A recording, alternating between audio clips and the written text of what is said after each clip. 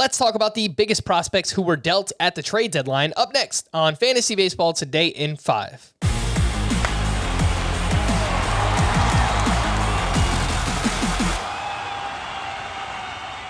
Welcome into FBT in 5. As always, make sure to follow and stream us on Spotify. Today is Saturday, August 6th. I am Frank Stanfield, joined by Scott White, and let's rank.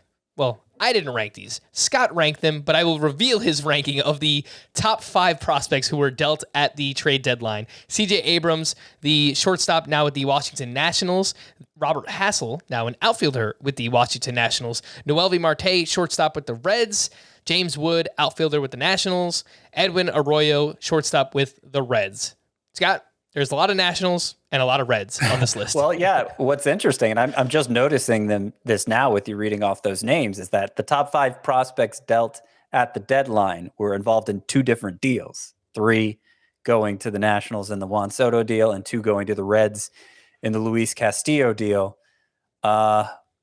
So, you know, CJ Abrams, we know a lot about him. He's 5 at bats away from losing prospect eligibility, but he has gotten sent down. It's probably for the best.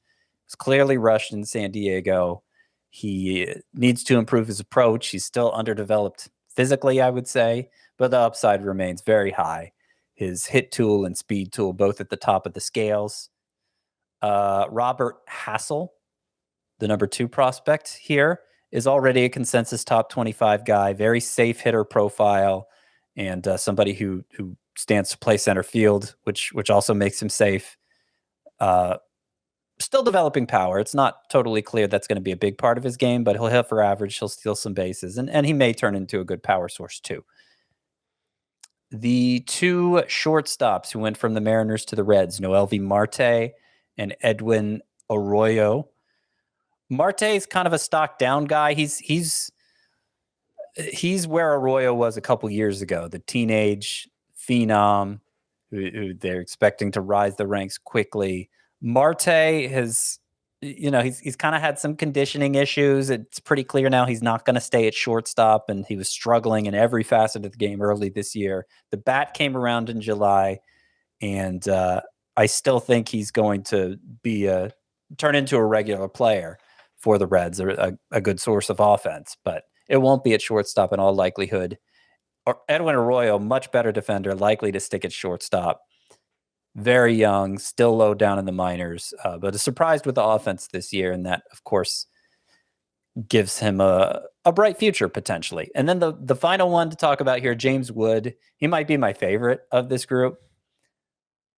He is 6'7", and we've seen a lot of 6'7" guys lately. Of course, Aaron Judge, O'Neal Cruz, Ellie De La Cruz. If you know prospects, you're familiar with him, also in the Reds organization.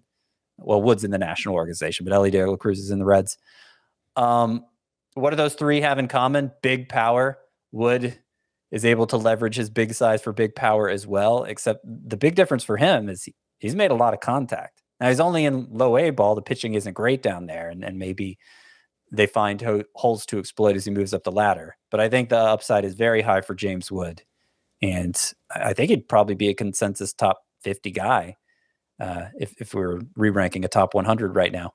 What about the prospects who can make an impact down the stretch? Now, I do think CJ Abrams is in that conversation as well, but we've already talked about him.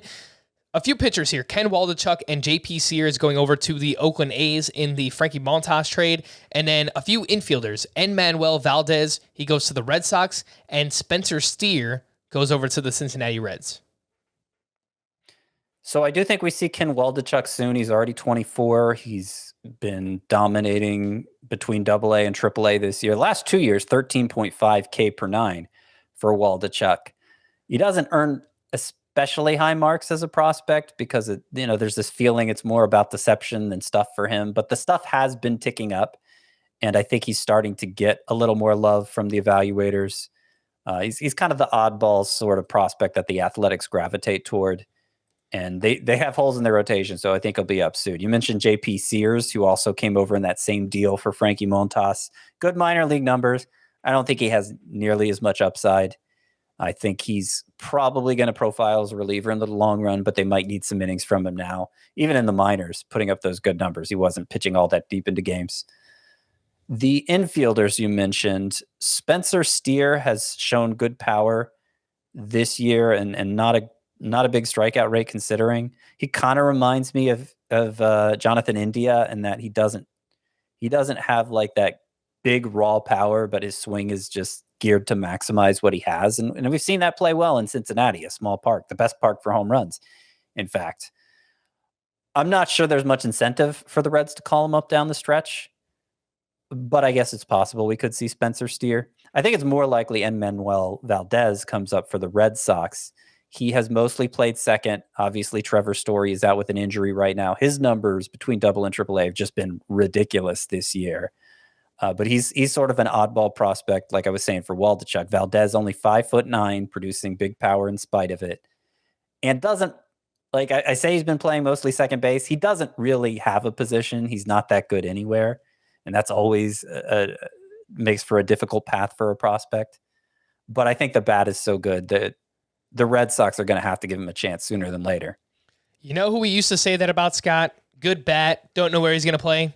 A lot, but Jose Miranda. Miranda, that's exactly right. And look, every prospect is different, obviously, but look, Jose Miranda's having a pretty awesome year with the Minnesota Twins. For more extensive fantasy baseball coverage, listen to the Fantasy Baseball Today podcast on Spotify, Apple Podcast, Stitcher, your smart speakers, or anywhere else podcasts are found. And thanks for listening to Fantasy Baseball Today in 5. We'll be back again on Monday morning. Bye-bye.